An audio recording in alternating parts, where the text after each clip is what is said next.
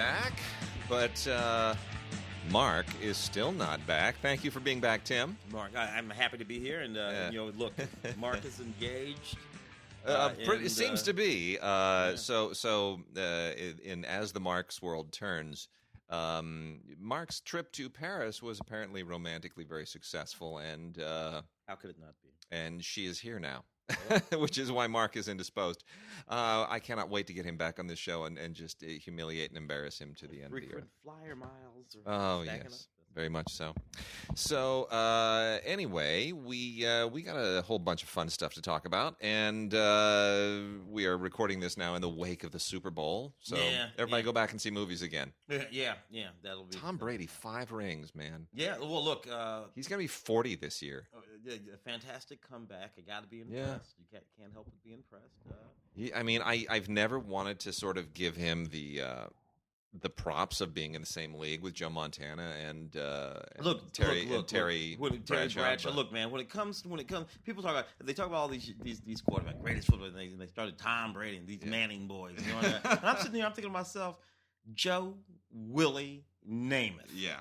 You people haven't even mentioned Joe Willie. Yeah. Joe Willie with no knees at all. Yeah. Could play. So anyway, I have a little trouble engaging in these conversations if we're not going to talk about the greatest thing that Joe Namath ever did was the Love Boat. No, Joe Willie was a man that could wear pantyhose and was still damn manly. Let me see Tom Brady do that. I don't think so.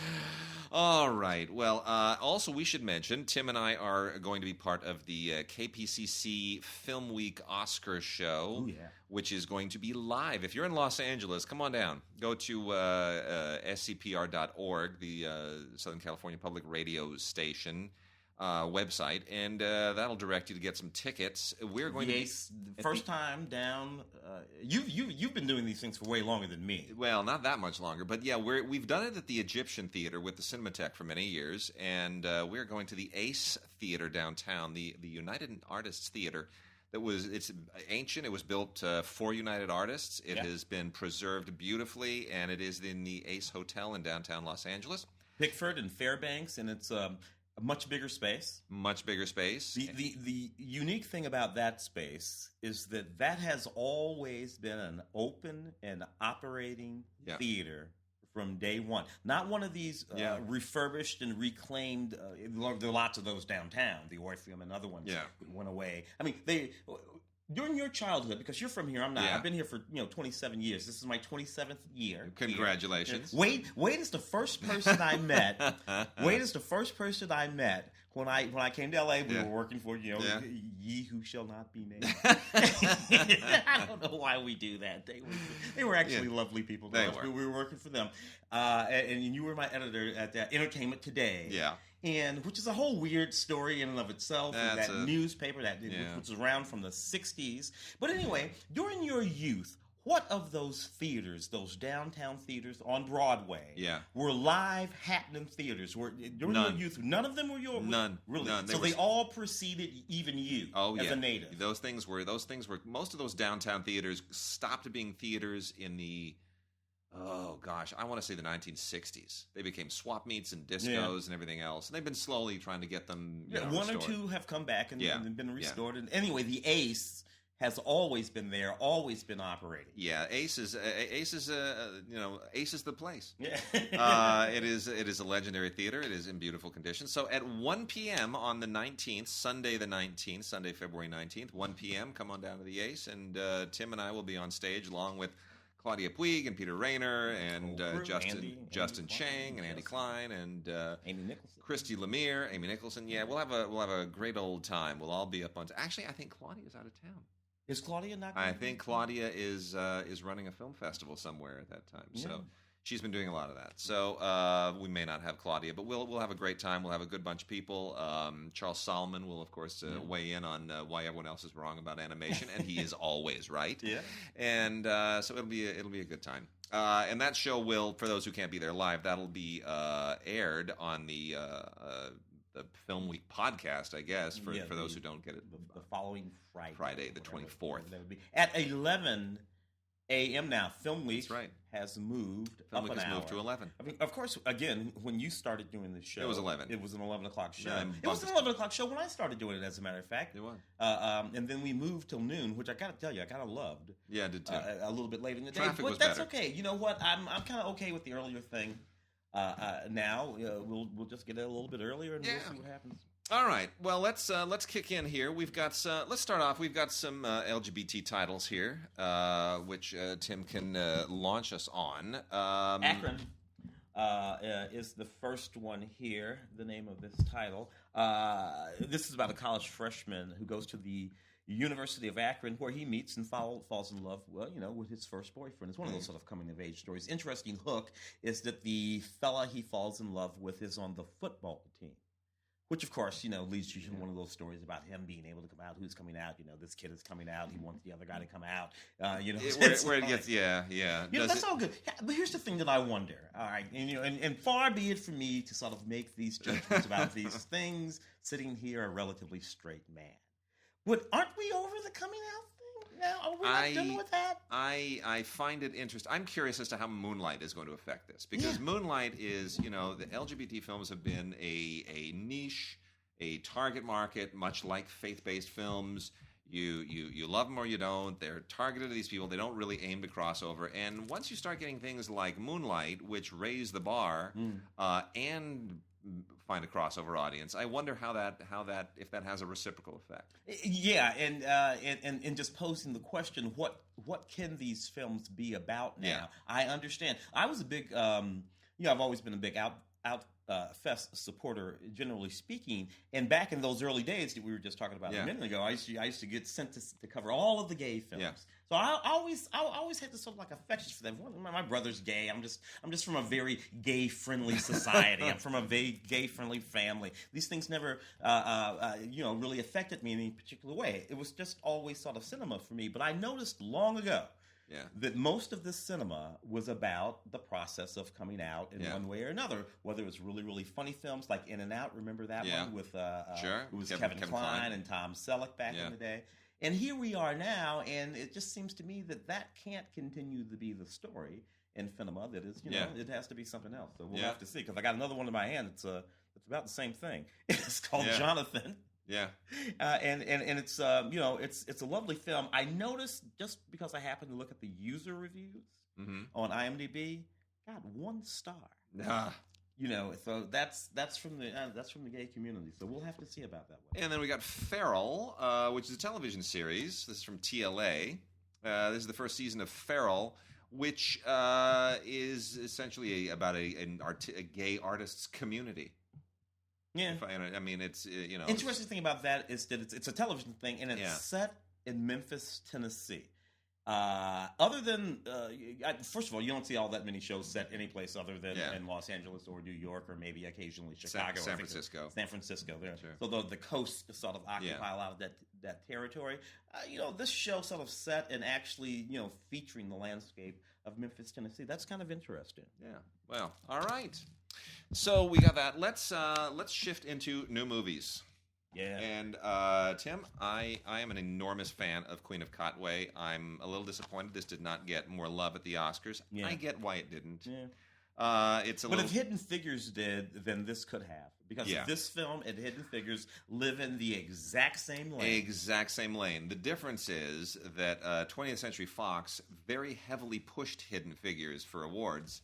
And Disney was content for Queen of Katwe to just sort of be there and make some money, and they don't really get behind their films in an Oscar way anymore, which is really sad. Queen of Katwe is directed by Mira Nair and tells a true story. And mind you have to understand, Mira Nair, Indian director, but she lives in Uganda. Yeah. She has always lived in Uganda. There's always been a very, very large Indian diaspora that lives in Uganda, all the way back to when Idi Amin kind of persecuted them and tried to drive them out. But they've always been there.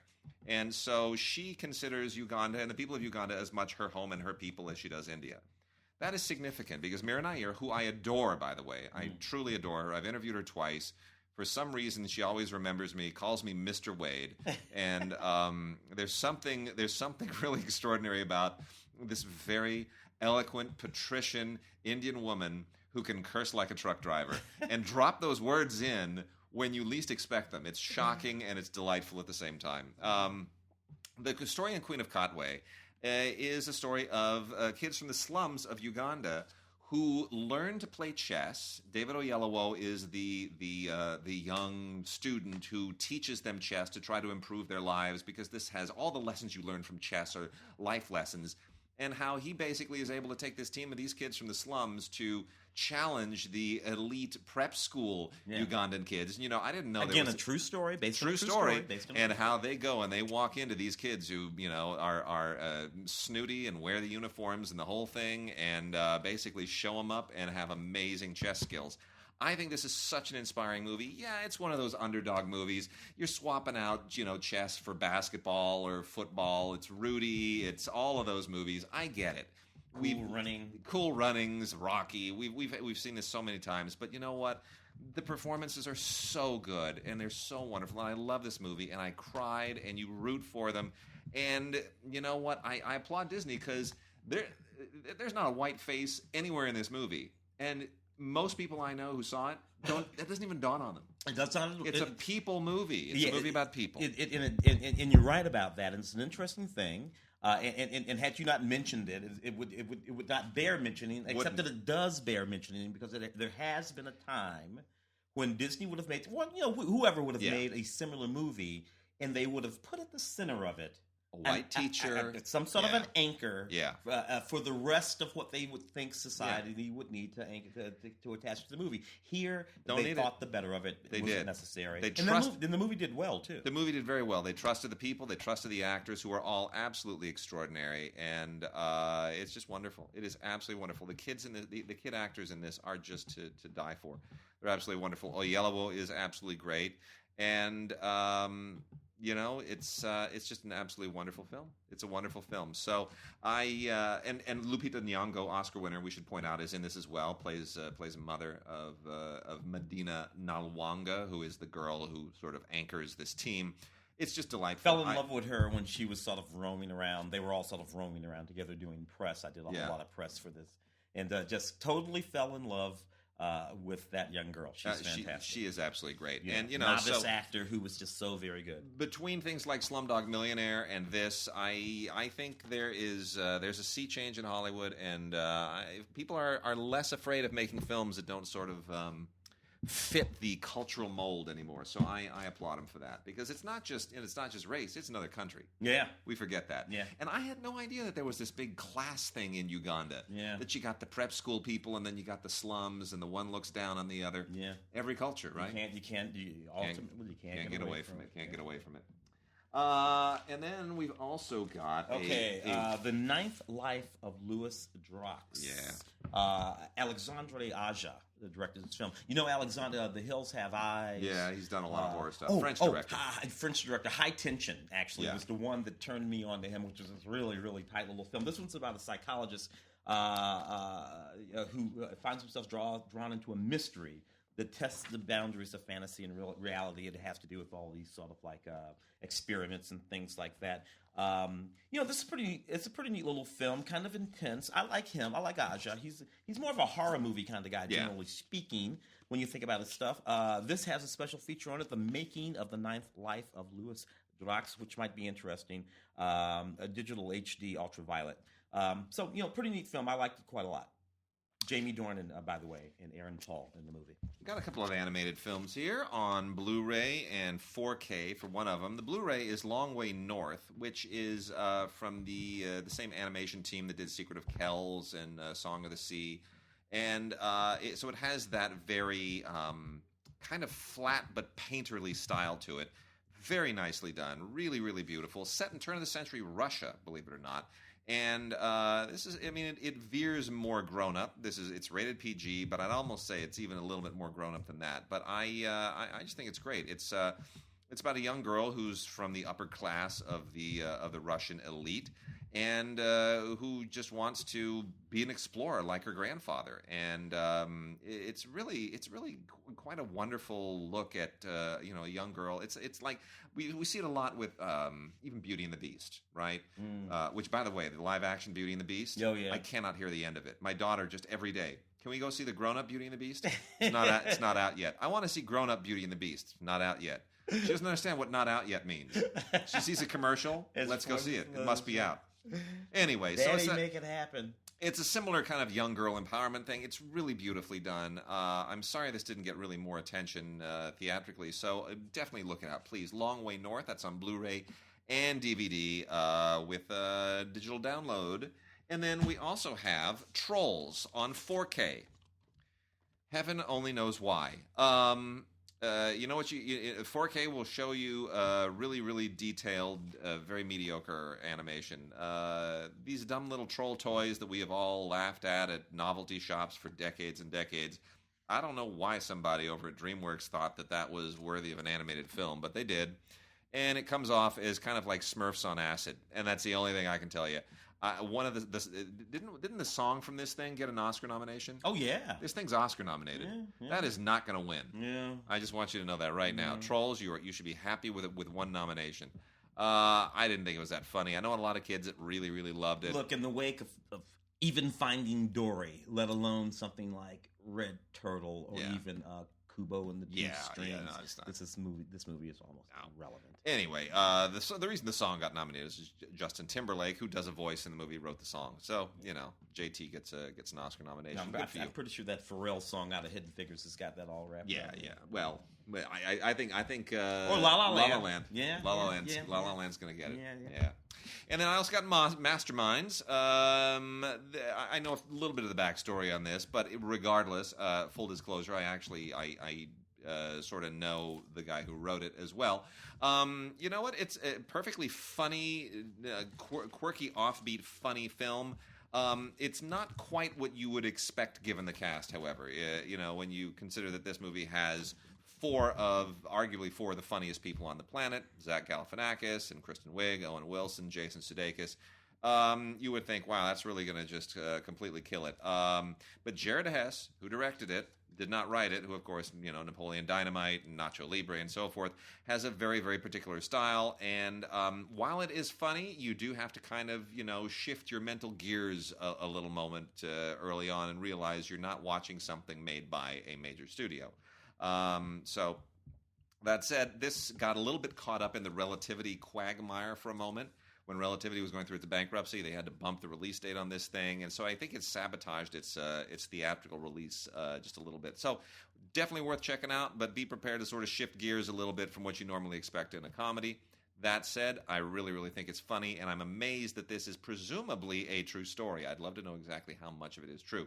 For just crazy whack job goofy outlaws, and it's a heist film where everything that can go wrong does go wrong. So anyway, it is inspired indeed by a ridiculous true story, but I got to find out just how ridiculously true it really is. Yeah, it doesn't always make for a good movie. No, but sometimes it does. Yeah, I got one here. Want me to knock this one off? Yeah, let's do it. Two Lovers is the name of the film. The name of the film, Two Lovers and a Bear. I don't know. This is an interesting film, mostly because of the setting. It's about these two young people who are at this remote outpost near the North Pole. They fall in love. One of them has some issues, and they decide that they're going to take a deep, deep trek into the Arctic tundra to try to work out their issues.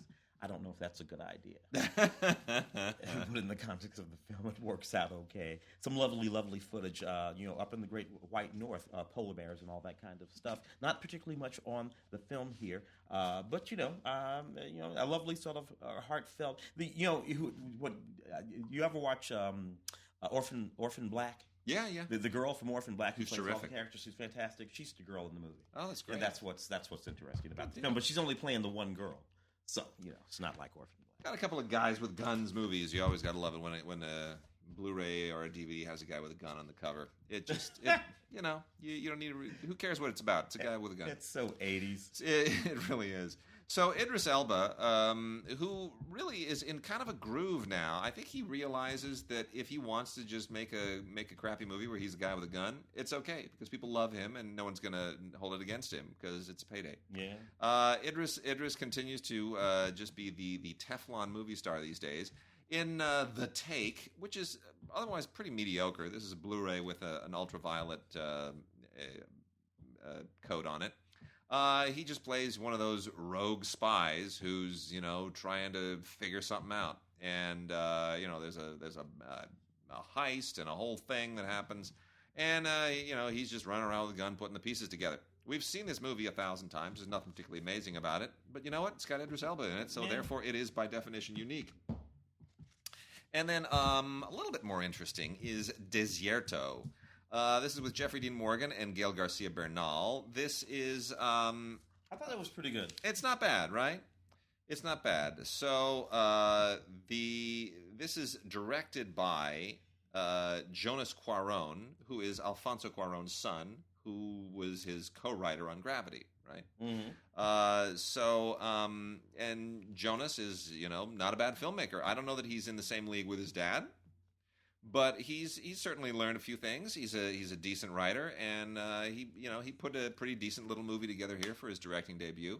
And I don't begrudge him any of that nepotism. He certainly paid his dues and earned his shot. So this is one of those movies where you got bunch of guys it takes place around the U.S.-Mexican border, right? The dangerous lands, the modern badlands, and it has a little bit of a modern Western flair to it. I would almost call it kind of in the same vein as Hell and High Water, but maybe just a notch and a half below. But that's not a bad place to be. No. Yeah. Funny that kind of film, that tone of film, Hell and High Water, of course, nominated for an Academy Award in one or two categories. I think Jeff Bridges has got one, and the film itself has one, right? Yes. If you had told me a couple of years ago that kind of film would make it back into the Academy Award, I would have been like, really? I think that's kind of played out, but no. When done well, they're done well. The whole. There's a whole. I won't get into all the details. Jeffrey Dean Morgan's a bad dude. He's been a bad dude ever since he made his debut as a really sweet guy on Grey's Anatomy. He's gone on to just play bad dudes. Yeah, well, he has that face. He does. Anyway, so he's a bad dude chasing a lot of people around, and Gael Garcia Bernal never plays bad dudes because we're supposed to love him all the time because he has such a sweet face, and that's just the way it is. But anyway, it's it's good. It's good. Blu-ray, DVD, and ultraviolet on that one. Desierto. And then Tim, we got a couple of Frank and Lola, kind of dug that too. Michael Shannon and Imogen Poots. Yeah, we got two love movies here, Loving and Frank and Lola. You like Frank and Lola? I did too. I was surprised it was sweet, but it didn't really make it in the awards mix, did it? No. Look, and that's a bit of odd casting there. They're set in Las Vegas. He's a chef. She's this fashion designer chick. And there's this whole sort of noir thing going on with a mystery and all of that. But mostly it's just this romance thing. Yeah. And when I think of myself, I need a romance. Who I'm going to put in my romance? Let me go get Michael Shannon. And Imogen Poots. And then we'll bump her up against Miss Poots over here, who's got to be like 15 years younger than him in the first place. Well, and let's see what happens. But oddly, kind of works. It does. They are both cast so tremendously against type, and yet I like them both so much. But the problem is, they are both the other person in a movie, right? They're supporting people. It's not, neither of them is a star per se that anchors a movie. You don't go, oh my gosh, I got to run out and see those two, unless you already just really, really love them. But that said, I think the world of both of them, and I think it took a nice chance. This was at Sundance last year, and Michael Shannon continues to be one of the most hardworking and interesting actors out there. Matthew Ross film. Loving, which was one of two films that Jeff Nichols made last year. He did the E.T. thing. The Midnight Special. With Michael Shannon. Michael Shannon. And then he went on and made Loving. I respect anybody that can make two feature films in a single year. And there were a bunch of people that did them last year. Yeah. But Loving is solid. It's really solid. I didn't love it the way I wanted to love it. And I've been trying to figure out why. Ruth Negga, of course, got an Oscar nomination for I love both of those performances, actually. Hers, Oscar nominated, as you say. His, too, though, Joel Edgerton. For those who don't know, this is the story of the Loving couple, Richard Loving and Mildred Loving, whose name is perfect.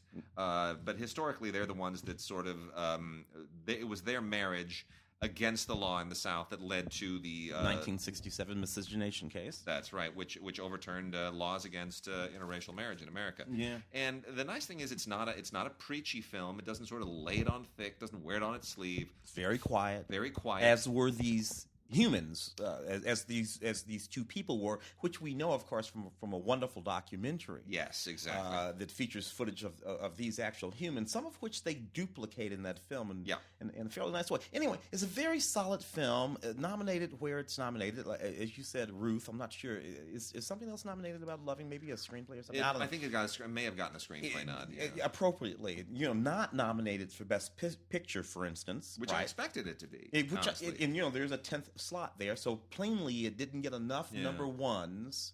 Correct. In order to push it up and take up that 10th slot. But nevertheless, a solid movie. I think one of the reasons that it misses just a tiny bit for me, and you look at it, the production value is great. The recreation of the period is perfect. It's flawless. It's beautifully shot. It's really sensitively acted. Great score. Everything's solid.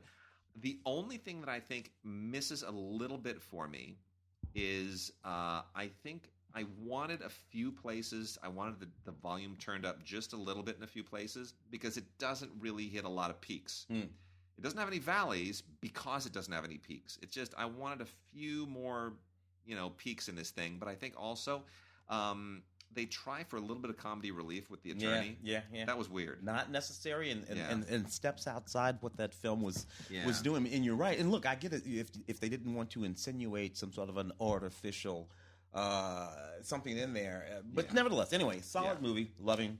Yeah. Let me throw another one in here really quickly. A little indie that I think is, Little Sister is a very odd movie. It's kind of formulaic in the sense that it's one of these movies about somebody who returns home and faces all of these litany of issues that are related to the family and the small town and so forth. We've seen that. It's, Garden State and on and on and on. There's a million of these. This one's a little bit stranger because the girl who goes home, she's not in the big city just living a normal life. She's trying to be a nun. And going home, the family isn't just dysfunctional. Her brother is disfigured from fighting in Iraq, like head just consumed in some kind of a napalm explosion or some such thing. So it really kind of tries to ride a very uncomfortable edge and then push that into some dark comedy. Addison Timlin, who plays Colleen, the lead character, is a little bit like a young Winona Ryder, except weirder. That's how she plays it. And I've seen the dysfunctional family done so many times in movies like this that this sort of seems to be trying a little too hard at times. It felt like it was, quirky for the sake of being quirky. At the same time, it's got about 5 or 6 really, really good scenes. Yeah. So I can't not recommend it. But it's definitely for people with a real indie taste. So that has a whole bunch of bonus features on it. It's on Blu-ray from Kino Lorber.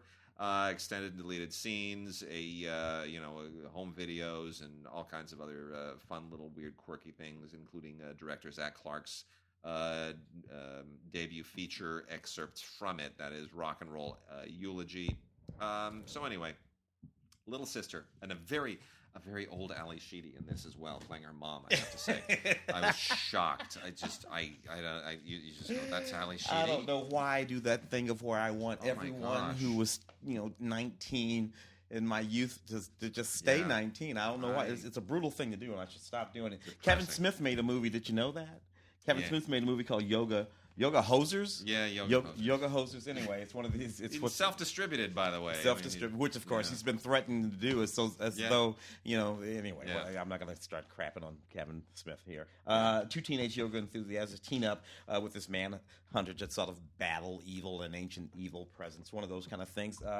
He got his buddy Johnny Depp to come out and be in the movie. Of course, he also got Johnny Depp's daughter, Lily Rose Depp, to be in the movie. And if you put Johnny Depp's daughter in the movie, guess what Johnny Depp will do? He'll be in the movie. I guess so. Of course, Johnny Depp was in his previous film, that one with where the guy turned into the walrus. Walrus. There. Anyway, that's what this is all about. Doesn't look like there's anything particularly interesting on this. Rated PG-13. Actually, there is a bonus featurette that comes with. Yeah. Life on the Line is one of these John Travolta movies that John Travolta has been making lately. John Travolta and Nicolas Cage are my two favorite hair actors.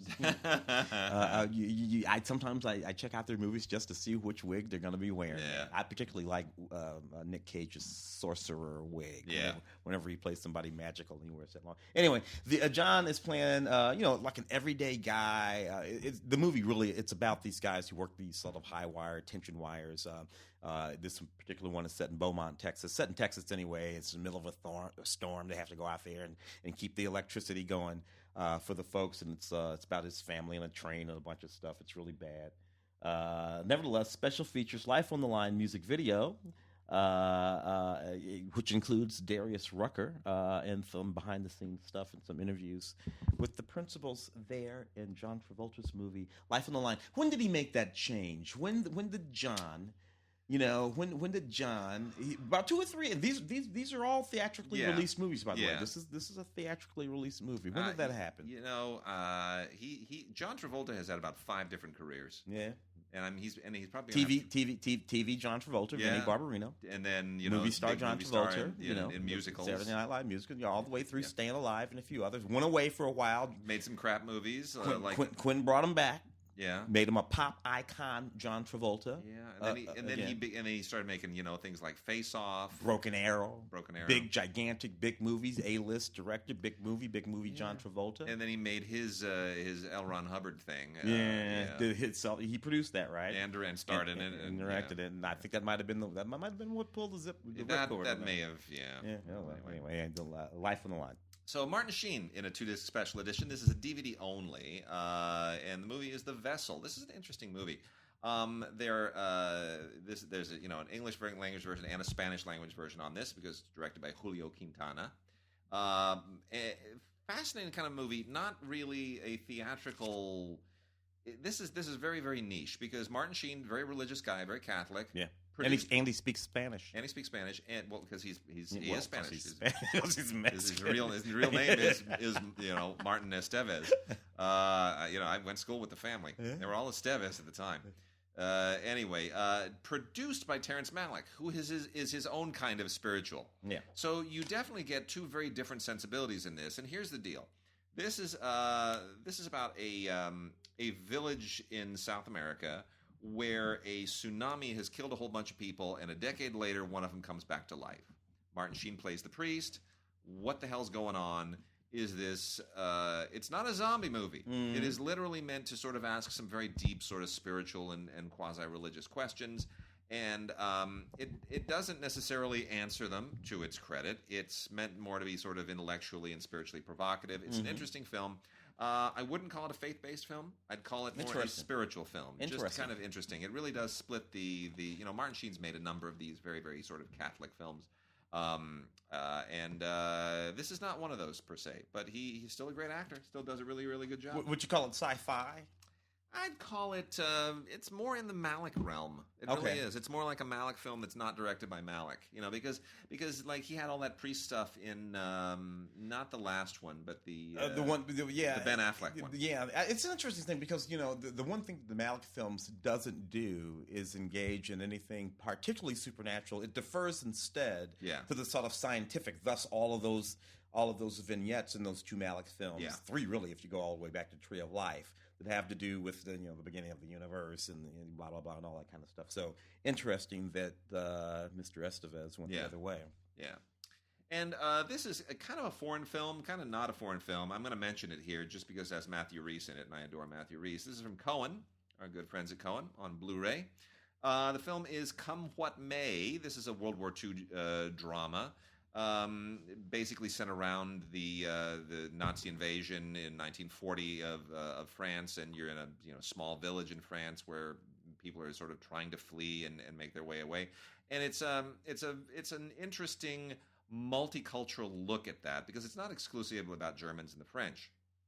There's a young German boy who is whose father was an anti-Nazi, and then you've got a Scottish soldier in this, played by Matthew Rhys, who's Welsh but does the Scottish accent rather beautifully, and it's an interesting little twist on our usual Germany invades France movies, which are kind of a genre unto themselves. But I thought it was a good little human drama, just of very different people, different backgrounds, not stereotypes, not World War II archetypes. It just kind of these are not the people we normally expect to see in a World War II film, and put them together and see how they deal with a difficult situation. Matthew Rhys in Come What May on Blu-ray from Cohen. Very nice film. Okay, interesting. I got Cross Wars over here. This is Brian Austin Green in this sort of a comic book adaptation of a series of film. A whole bunch of people in this thing. Got Danny Trejo and Vinnie Jones in the movie, and I guess people who know the graphic novel know the graphic novel. Anyway, it features the commentary from the filmmakers and a few others. I'm not really familiar with this graphic novel series. I saw the first film. There's another film that this is based on, so I suppose if you like one, you might like the other. Cross Wars on Blu-ray. And then I've got Almost Christmas here from David Talbert. David Talbert is sort of like he's we were talking about him. We just talked about him the other day. He's Tyler Perry without Medea. The dress. Without Medea. But he sort of makes these sort of quasi-faith-based films, mostly sort of urban black films, mostly, generally speaking, comedic and dramatic, and they come around to sort of like the same themes. And he gets some pretty good starts in these things. This one stars Danny Glover. This one was kind of neat in that it's sort of serious but very heartfelt. It did pretty well when it was in theaters. It's about this family. They're just a family, sort of a nice middle-class family, and they're celebrating their first Christmas since the matriarch of the family passed away. And it manages to be sort of poignant and sweet and still funny all at the same time. So good for David Talbert. So Arturo Ripstein is a Mexican director who makes not very commercial movies, but they are internationally acclaimed movies. And he's got one here from Kino. I wish this was on Blu-ray, because this would be a beautiful film on Blu-ray. It's shot in black and white. It's called Bleak Street. So here's the way I'm going to describe Bleak Street. Try not to laugh. Okay, so if you took Wings of Desire, and if the two angels in Wings of Desire were prostitutes who killed people, it would be Bleak Street. Yeah. And if Berlin was Mexico City, it would be Bleak Street. That's the only way I can describe this. So this is Wings of Desire with prostitutes, murderous prostitutes instead of helpful angels, set in Mexico City instead of Berlin. I don't know any other way to describe this thing. But beautifully shot, very poetic, very eerie at times, deeply disturbing. Interesting film, but if you're not a fan of Ripstein, if you've seen Arturo Ripstein films before, you're not going to get anything different. You know what you're getting into, and you probably won't like it. So you got to pretty much be a Ripstein fan. All right. TV. Are we going to dive into some TV now? Yeah. All right, let's get into some TV. It's political season, so it's a good time to talk about, it's, after political season, but what better time to talk about Season 1 of Graves, Nick Nolte's TV comeback as a grumbly, crusty ex-president that seems to have more than a little bit in common with George W. Bush. It seems to be pretty obvious, but maybe I'm wrong. Anyway, he's this is a guy who was a president a quarter century ago, and he realizes he screwed up, and now he's kind of trying to make amends now that he's figured out he wasn't a very good president. You know what? It's funny. It's not as funny as I wanted it to be. It sort of wants to be Veep. Veep has Veep got everybody drunk on the idea of, hey, we can actually make a kind of a political series that's funny, but Julia Louis-Dreyfus is funny. And Nolte ain't that funny. And she's not pointing at anybody in particular. No, she's not. Julia Louis-Dreyfus. So that's the thing. There was a Timothy Bottoms series that they did. While W was actually maybe first term of W, and that didn't work for the same reason, because it was just pointing directly at him. We'll have to see. Anyway, and we got some National Geographic stuff here. I'll just hit these three real quickly. The Incredible Dr. Pol, Season 9. I did not know there were 9 seasons of this. I had never heard of this, so I'm obviously not watching enough Nat Geo. Dr. Pol is the big farmer animal guy. Yeah, he's basically with his whole family of. Yeah, he's a vet, and he's like an amazing vet. Anyway, for 9 years, people have watched this guy basically cure animals of all kinds of horrible afflictions. Anyway, it's strange that's gone on for 9 years, but he's really good. That is absolutely fascinating. It's just amazing that there's 9 years of following a guy around just being a vet and fixing animals, and who knew? So it is actually shockingly interesting. The Monsters, the definitive guide, is one of those things that Nat Geo does just so they can compete with what they do over at TLC. Why is TLC still called TLC? There is nothing. It's so irritating. You know what? The Learning Channel. No. There is nothing about the all of that horrible white trash weirdness that they just there's nothing learning about that. Nothing to learn from Honey Boo Boo. Honey Boo Boo is not learning. Good grief! Why they really need to rebrand? It's just TLC was once upon a time a wannabe PBS. Now it's just like we are trash. It bailed. Anyway, this is one of those things that Nat Geo does so they can feel like they can compete with everybody who's gone for the lowest common denominator. So it's all about sharks and squids and giant monsters under the ocean, and it tries to sort of make it an informative documentary about sea monsters, but it really isn't. It's just about sharks. It's just it's just Shark Week and Nat Geo. Week every day. It's Nat Geo's version of Shark Week. That's all it is. And Generation X gets a little bit more highbrow. This is interesting because, I'm not technically Generation X. I'm some generation that's like between the baby boomer. You're a baby boomer. Yeah, I'm the last year. Yeah. See, I'm between. I was talking to my sister-in-law because she's also a baby boomer. I'm between the boomers and Gen X. Yeah. And these things don't have sort of firm years in many places. So I'm like that lost generation. I don't really know what I'm supposed to be. I know exactly what you mean because technically last year of the baby boom, 61. Yeah. It's my year, but I got to tell you, my mother, who was born in I want to say like 42 or something like that, which is technically a couple of years before the baby boom. Baby boom starts right at the end of the war. But this puts me and my mother way too close together. Well, so anyway. I'm like, you know what? I'm claiming Gen X. 2 discs, 6 episodes of the major milestones of the Gen X generation, and it includes Tiananmen and the fall of the Berlin Wall and all of this stuff. And it kind of begins with Watergate and Nixon and moves on through all of this really interesting stuff. And it is fascinating what Gen X really went through. It explains a great deal. Certainly explains my incredible disdain for Gen X and why I never did have that. You were always a little pissy. Yeah, but I hate everybody. That's who I am. They didn't bother me all that much. I got a little TV over here. Yeah.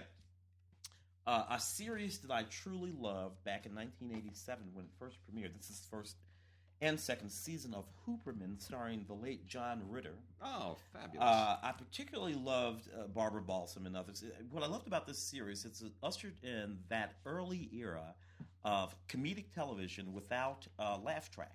Yeah. It was this and Frank's Place and a few others, none of which lasted very long, by the way. But nevertheless, I thought was some of the most sophisticated. Now, around the same time that this was happening, the Fox Network was hitting the scene and bringing us the Simpsons. The Tracy Ullman show. Oh yeah. With those little interludes of the Simpsons in between them, which are freaky when you watch them now because they don't look anything like they're melty and weird and very kind of quivery. That LSD designs. Anyway, this was a pretty neat series. I remember loving Hooperman. He played a cop in San Francisco. He had a little dog, and he was always looking for a girlfriend. It was a pretty neat series. Seasons 1 and 2 of Hooperman. There, Homeland, the complete 5th season. Was never a Homeland fan.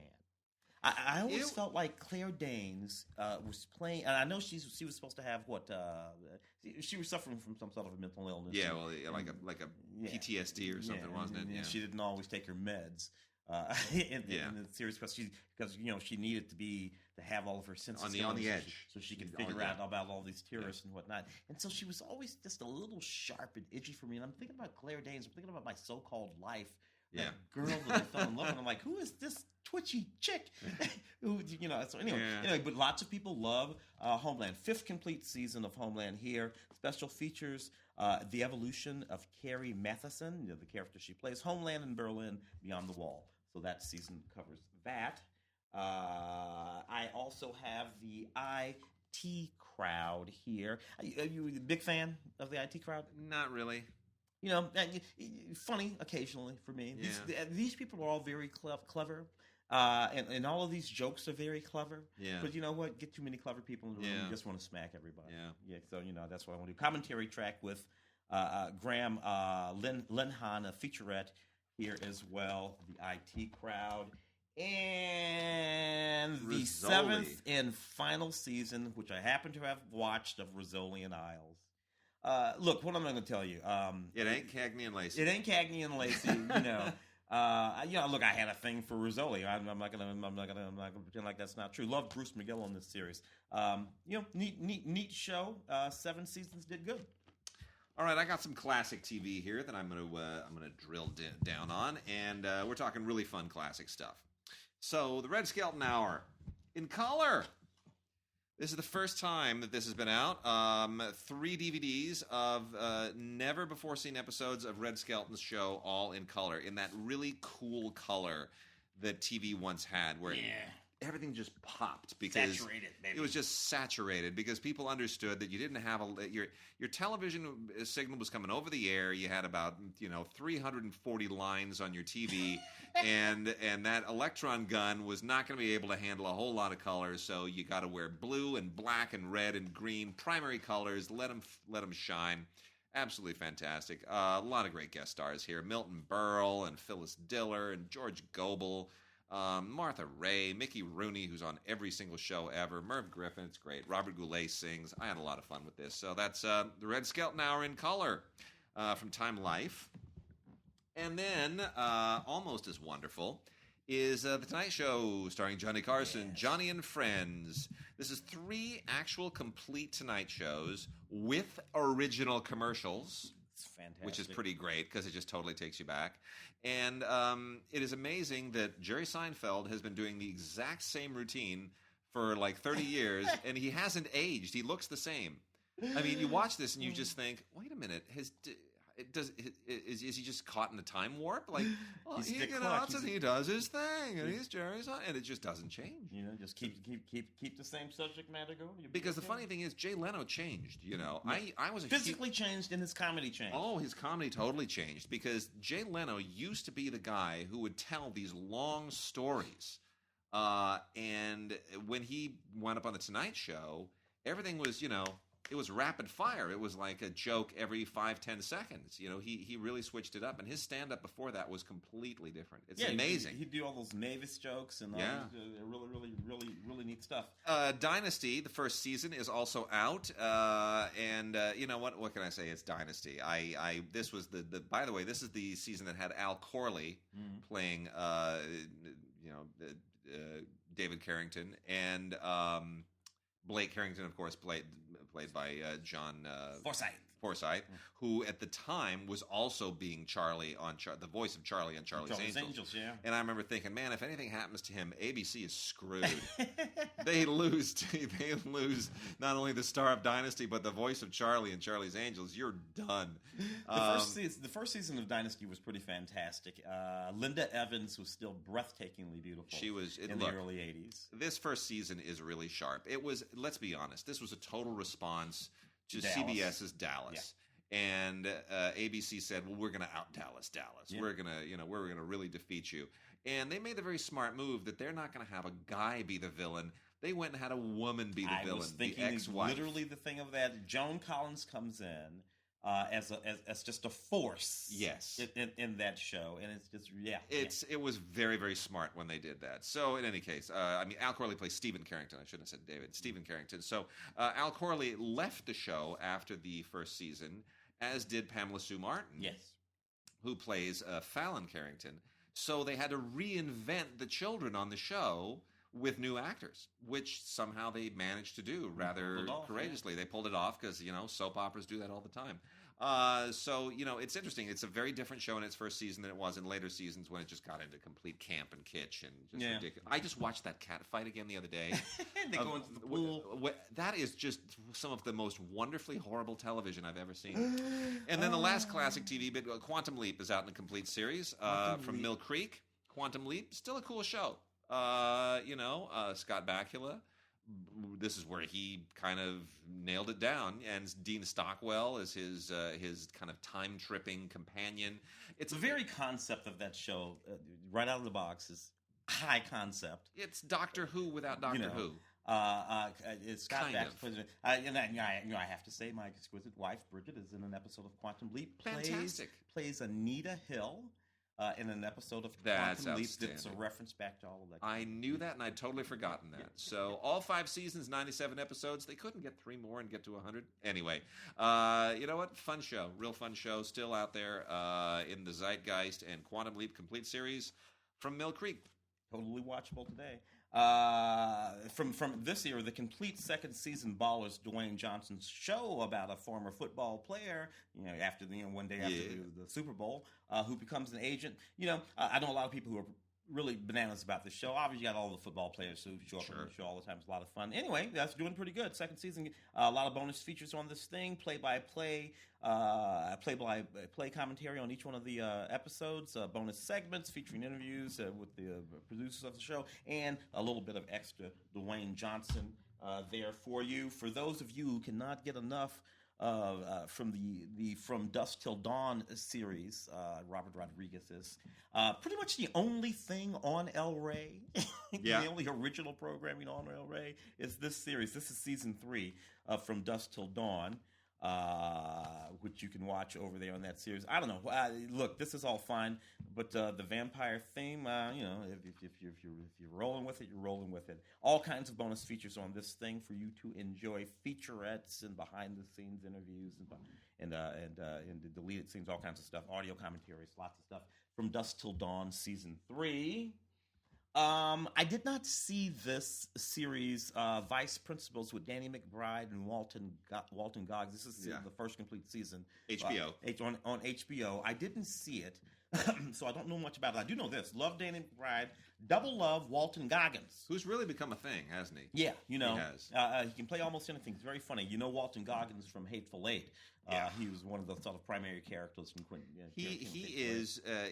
Walton Goggins is a guy who would have otherwise had a career in westerns in the 1960s. Oh yeah, right. He played one of the, like Lee Van Cleef. He's that kind of a guy. It's just you plug him into something really just rednecky and dirty, and he always seems to come through with something interesting and unique. He's a fascinating actor. Bill Murray shows up in this series. Some interesting bonus features, deleted scenes, a blooper reel, and nine audio commentary tracks.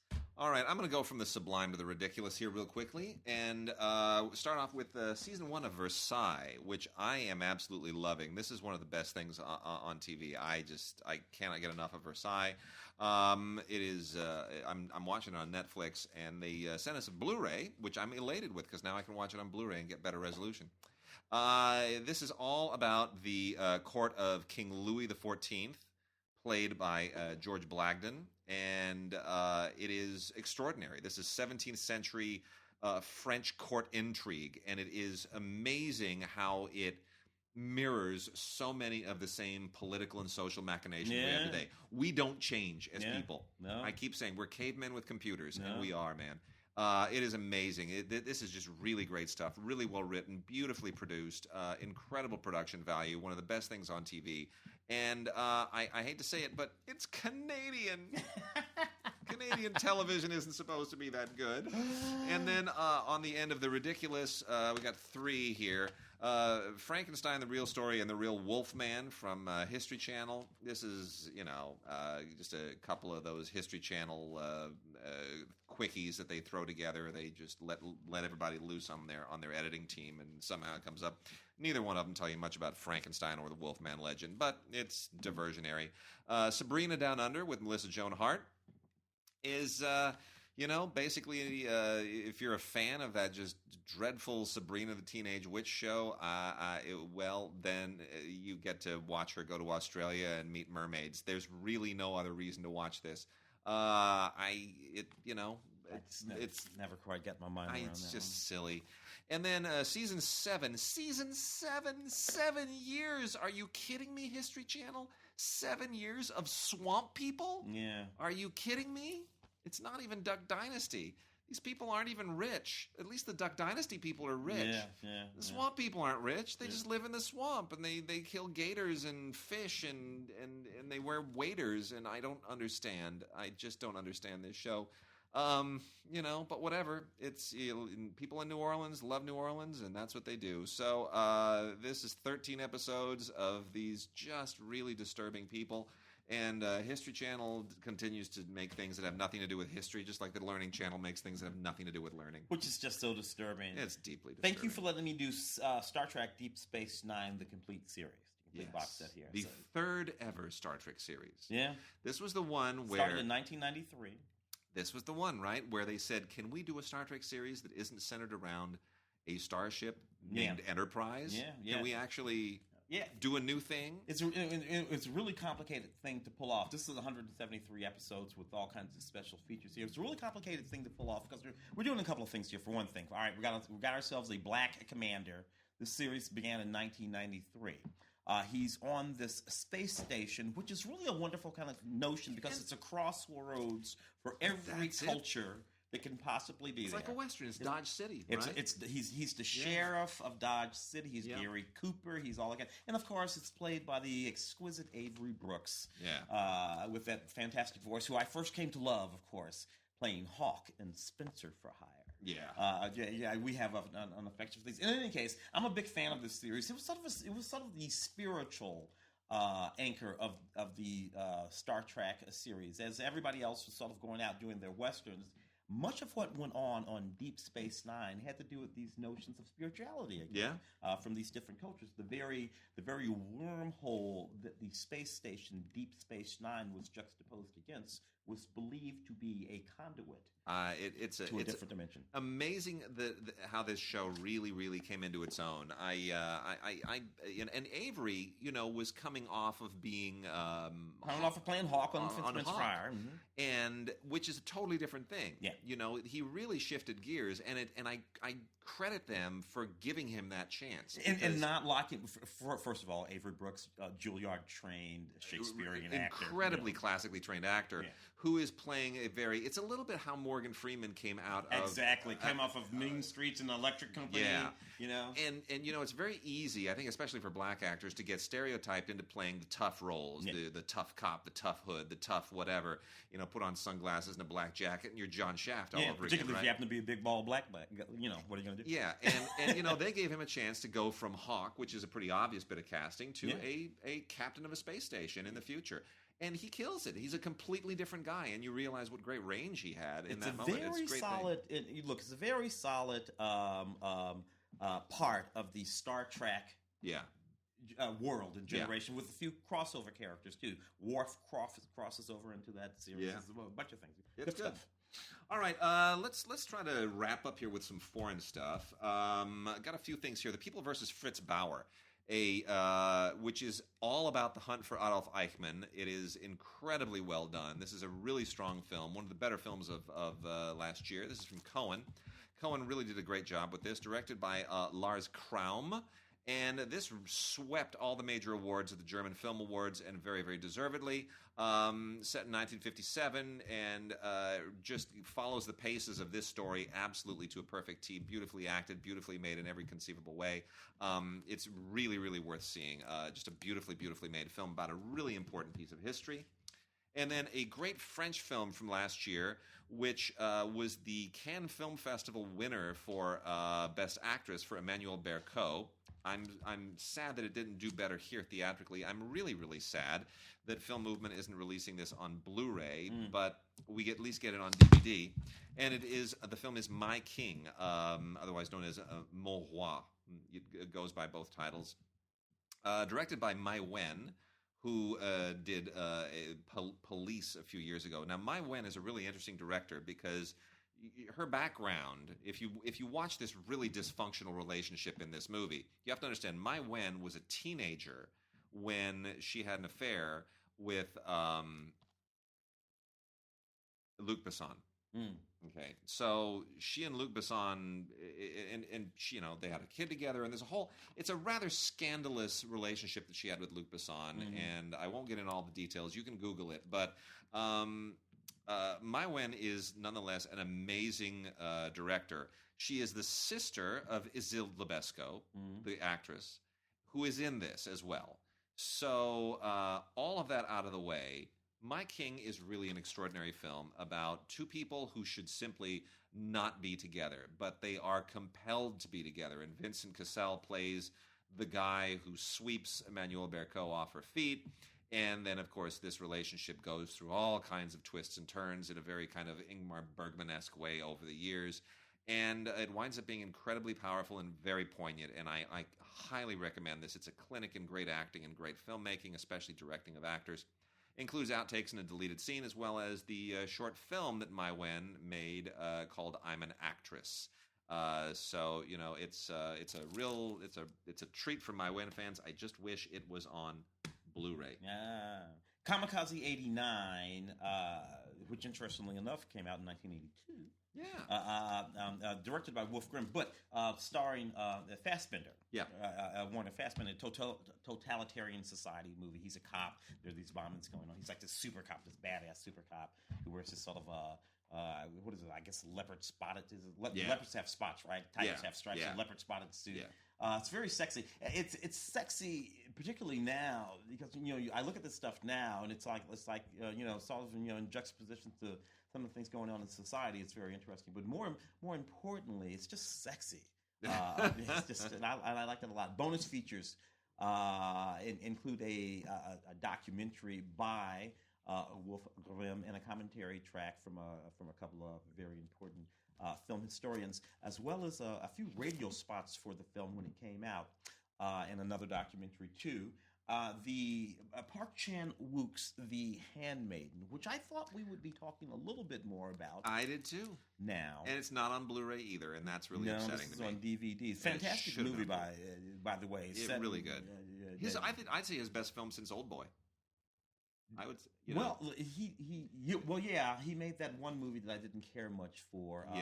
Stoker. Right. Yeah, you're absolutely right. The best film since Old Boy, for sure. Anyway, it's a very, very bright film that has to do with the Japanese and Korean societies and how they come together in a very, very complicated sort of a scheme that's going on that has a cross and a double cross and a double cross in it, and you just have to sit there and let it overwhelm you. It's incredibly beautiful, and it has a bit of what I would have to call. They call it, an erotic thriller. It has something that I would have to say approaches softcore porn. We're right in this. If we're not actually doing softcore porn, we're right outside the door of softcore porn. Fantastic sequence, little lesbian love scene I'm talking about here. It's fantastic sequence, but you better be ready for that one. Put the kids to bed. I had a pretty good joke yesterday, by the way. As long as we're on the subject, friend of mine posted on Facebook after the Super Bowl. He said, "I haven't seen a lead blown that badly since Hillary Clinton." And I said to him, "Oh no, dude, this is a buddy of mine from film school." I said, "You missed the comedy opportunity. This is what you should have posted. I haven't seen a lead blown that badly since Vincent Gallo in The Brown Bunny." That's the joke. That's the joke. That's a film people joke there. Yes, it is, but he enjoyed that. And anybody who's seen The Brown Bunny, you will understand what that means. I haven't seen and you're free to lose. I'm putting that in the public domain. I haven't seen a lead blown that badly since Vincent Gallo in The Brown Bunny. Feel free to use that. Make it viral. Okay, and then our last four foreign language titles here. Umberto Lenzi, a schlockmeister from Italy, courtesy of Raro Video and Kino. We now get the Raro Video release of Sacrifice, the uncensored director's cut. Now, that's not just Sacrifice. That's Sacrifice with an exclamation point. Yeah. Because this belongs to you may not have known this. Did you know that there is a subgenre of Italian cannibal movies? No. I didn't either. This is beyond Argento and all of that. Yeah, no. It is specifically movies. cannibal movies made in Italy. Okay. This is one of them. This is the one that apparently started the whole thing. In the same way that there are Italian westerns and there are Italian cannibal movies. Cannibal movies. 1972, a bunch of people go to Thailand and where they apparently eat people. Is it shocking? Yes. Is it? But is it like modern day gore shocking? Like no, it's not. It's not even in that realm. But I will say this: there are no cannibals in Thailand. There are cannibals in Indonesia. Yeah, and I know this because when I lived in France, I was friends with a family of Indonesian diplomats. A kid named Frankie, coolest kid in the world. And his dad was like some kind of he was part of the consulate there, the Indonesian consulate in Marseille. And I remember hanging out with Frankie and his brother, and they were telling us, they're like, oh yeah, we got cannibals in Indonesia. I don't even remember how we got talking about cannibals, but that was very matter of fact. And I said, what? He goes, oh yeah, there's Indonesia, there's a lot of islands. Islands out there someplace. A lot of islands. There's like cannibals in some of those islands. I said, really? Like, but how do you nobody goes there. It's like, it's not like anybody actually, you resupply the island. It's not like anyone votes for president there. It just people there don't even know they're part of the country. They don't even know they're in Indonesia. They don't know they're in Indonesia. They're on an island. They war, they fight, they eat each other, and everybody else knows you're part of our country, but we ain't going there. We're just gonna let evolution take. So anyway, I thought that was a fascinating discovery. And then here, before I get to a couple of giveaways to wrap out the show, Takashi Miike, who is completely out of his mind, made the Black Society trilogy. Shingoku Triad Society, Rainy Dog, and Ley Lines. These are, there's almost no way to actually explain Miike to people who just don't know Miike. Miike, at a certain point, was making something like 5 or 6 movies a year. I don't know anyone who's seen all of his movies. I did a commentary for Gozu years ago with Andy, where people liked our commentary, but it was essentially 2 hours of Andy and I saying, man, that's weird. Andy, isn't that weird? It started pretty with weird. For me, anyway, it started with Audition. Audition, for sure. In 99. Yeah. And I don't know. After that, I was like, okay. Yeah. So anyway, this takes place, nighttime Tokyo, triads, Yakuza wars, and just all. There's a mixed race guy here. It's a lot of crazy, weird Yakuza insanity. It's just drug-fueled Yakuza flying without a net. It's reckless, abandoned filmmaking. And it is Miike. It is pure Miike through and through. I've met Miike. I've interviewed Miike. He never looks you in the eye. He wears sunglasses and stares at the corner of the room. And he'll, if you say, do you like rainy days? He will say, in Japanese, of course, red. That's it. And then it's up to you to make the association as to what that has to do. I don't. He's a strange dude, man. I'm over it. Anyway, so there you go, Takashi Miike. New interview with him here, which is just as cryptic and impossible to decipher as meeting him in person. But the movies are cool. What can I tell you? They're cool. I still don't get them, but they're cool. And that is the Black Society trilogy. So lastly, we got a couple of super, super cool films here from Wellgo. We got giveaways. We're going to give away 4 copies of Beyond Redemption with Brian Ho. This is a really, really sharp, just straight up action-packed thriller. It is it's one of the most solid Asian cop films that I've seen in a long time. Triad plot here going on. It is really, really sharp. Brian Ho is a guy who's segued from being a stuntman, much as Jackie Chan did. And he's really good. He is a star to be reckoned with. You're going to want to definitely check this out. Really sharp film. That is Beyond Redemption. So you need to send. We're going to give away 4 of these, and make sure that you get us your name and address, mailing address, by February 11th. February 11th is the deadline for this. And once we get them all in, we'll send those out to you. Send it to gods@digigods.com. You're going to put Beyond in the subject line. So send us an email with Beyond in the subject line, your name and address in the body of the email to gods@digigods.com. Make sure we get it by February 11th, and we'll send out 4 copies of Beyond Redemption.